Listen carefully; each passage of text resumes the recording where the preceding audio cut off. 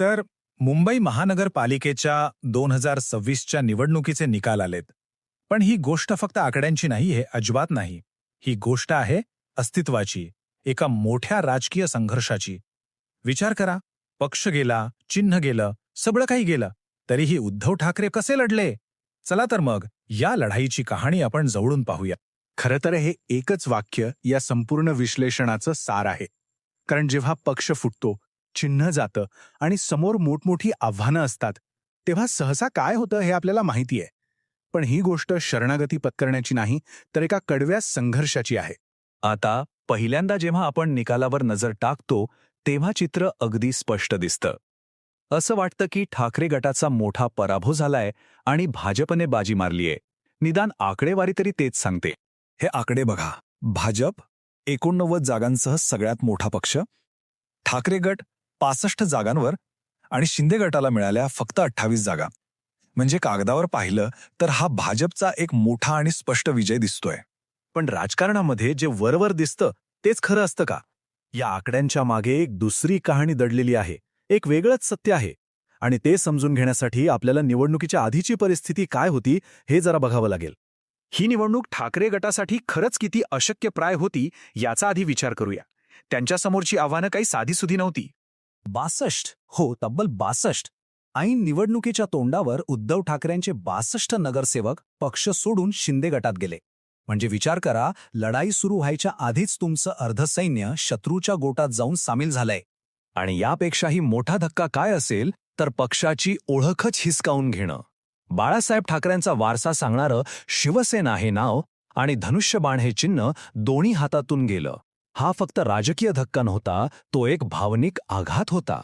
आता या लढाईचं चित्र कसं होतं बघा. एका बाजूला उद्धव ठाकरे, ज्यांच्याकडून नाव आणि चिन्ह दोन्ही काढून घेण्यात आलं होतं, आणि दुसऱ्या बाजूला केंद्रात आणि राज्यात सत्तेत असलेल्या भाजपची प्रचंड ताकद आणि सोबत शिंदे गट, म्हणजे एक महाशक्तीच. चला आता या आकड्यांच्या आत डोकावून बघूया. कारण जेव्हा आपण या निकालांचं खरं विश्लेषण करतो तेव्हा कळतं की ही पराभवाची नाही तर एका अनपेक्षित जबरदस्त संघर्षाची कहाणी आहे. ही आकडेवारी खूप इंटरेस्टिंग आहे. बघा, 2017मध्ये शिवसेनेकडे होत्या 84 जागा. पक्ष फुटल्यानंतर मोठमोठ्या राजकीय विश्लेषकांचा अंदाज काय होता की ठाकरे गट 40च्या आसपासच जागा जिंकेल. पण झालं काय? सगळ्यांचे अंदाज चुकवत त्यांनी 65 जागा जिंकल्या. हो, हा आकडा 2017पेक्षा कमी आहे, पण अंदाजापेक्षा जवळपास दुप्पट आहे. आणि यातून सगळ्यात मोठी गोष्ट काय सिद्ध झाली तर नाव आणि चिन्ह गमावूनही उद्धव ठाकरेंनी मुंबईतला आपला मूळ मराठी मतदार, आपला बालेकिल्ला शाबूत ठेवलाय. त्यांच्या हक्काच्या मतदाराने त्यांची साथ सोडलेली नाहीये. त्याच्या अगदी उलट शिंदे गटाचं काय झालं? त्यांची कामगिरी अत्यंत निराशाजनक ठरली. अपेक्षा होती 40 ते 50 जागांची, पण मिळाल्या फक्त 28. मुंबईच्या मतदारांनी एक स्पष्ट संदेश दिलाय की त्यांना फुटीचं राजकारण मान्य नाही. आणि म्हणूनच ठाकरे समर्थकांसाठी हा आकड्यांपेक्षाही मोठा एक प्रतिकात्मक विजय आहे. त्यांनी हे दाखवून दिलं की बाळासाहेबांची खरी शिवसेना कोणती. आणि खरं सांगायचं तर ह्याच विजयाने भविष्यातील राजकारणाची नवी समीकरणं मांडायला सुरुवात केलीये. आता या निकालांचा परिणाम फक्त मुंबईपुरता मर्यादित नाहीये. महाराष्ट्राच्या राजकारणात आता नवीन समीकरणांची जुळवाजुळव सुरू झाली आहे.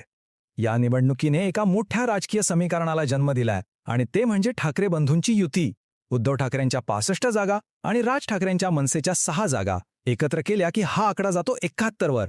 म्हणजे 2017च्या 84 जागांच्या अगदी जवळ. इतक्या वर्षांनी दोन भावांचं एकत्र येणं ही महाराष्ट्रासाठी एक खूप मोठी राजकीय घडामोड आहे. आणि ही गोष्ट फक्त दोन भावांपुरती थांबणार नाहीये. भाजपला आव्हान देण्यासाठी एक मोठी महाआघाडी उभारण्याची रणनीती दिसतीये. यामध्ये कुणबी सेना, मराठा संघ, बहुजन विकास आघाडी अशा अनेक लहान मोठ्या पक्षांना एकत्र आणून एक मोठी राजकीय शक्ती तयार करण्याचा प्रयत्न सुरू झालाय.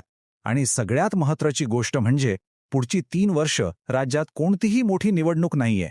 हा जो वेळ आहे ना, तो ठाकरे बंधूंसाठी आणि त्यांच्या संभाव्य मित्रपक्षांसाठी एक सुवर्ण संधी आहे. या काळात ते संपूर्ण महाराष्ट्रात आपली संघटना मजबूत करू शकतात आणि ही नवी आघाडी अगदी तळागाळापर्यंत पोहोचवू शकतात.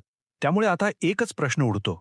मुंबईच्या या लढाईतून जन्मलेली ठाकरे बंधूंची ही नवी युती महाराष्ट्राच्या राजकारणाचं भविष्य खरंच बदलू शकेल का?